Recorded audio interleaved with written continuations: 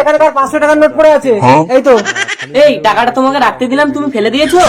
দাঁড়া দাঁড়া, না না, টাকাটা আমার ব্যাগ থেকেই পড়েছে। এই যে সুযোগ পেলেই পরের জিনিসে ভাগ বসিয়ে দিতে হয় না? দাঁড়া দাঁড়া, তোমরা এই জাল 500 টাকার নোট নিয়ে কেউ ঝগড়া করো না। এটা জাল টাকা নাকি? তাহলে আমার না। ঠিক আছে দাঁড়া। ভাই সত্যি কথা বলে, জাল 500 টাকার নোট কার? আরে দিদি তো বলছে টাকাটা ওনার ব্যাগ থেকেই পড়েছে। আরে দিদি তো বলছে দিদির ব্যাগ থেকে পড়েনি। সত্যি কথা বলবি, এই জাল নোটের কারবার কে করে? আমি কিন্তু পুলিশকে ডাকবো বলে দিচ্ছি। হয়েছে তো, কেউ কোনো জিনিস পেলেই তো আমার করতে থাকে। এবার ঠেলা সামলাও। বাবু আর কোনো জিনিস আমার করবো না। ও দাদা, আমাকে ক্ষমা করে দাও, আমাকে যেতে দাও। ঠিক আছে, তাহলে আর কোনো দিন কোনো জিনিস আমার করবি না তো?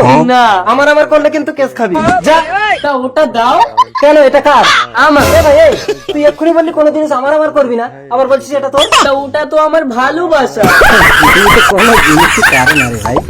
ও স্বামী, তুমি আমার পার্স থেকে 500 টাকার নোট বের করে এনে আর এদেরকে ম্যাজিক খেলা দেখাচ্ছ? আসলে এটা আমারই টাকা, একদম আসল। এটা ফেলে দিয়ে পরীক্ষা করে দেখছিলাম টাকার জন্য মানুষ কতটা নিচে নামতে পারে। এই চলো, টাকা দেখলেই কি আমার করতে হয়? আসুন দাদা, আসুন দিদি, আসুন আসুন।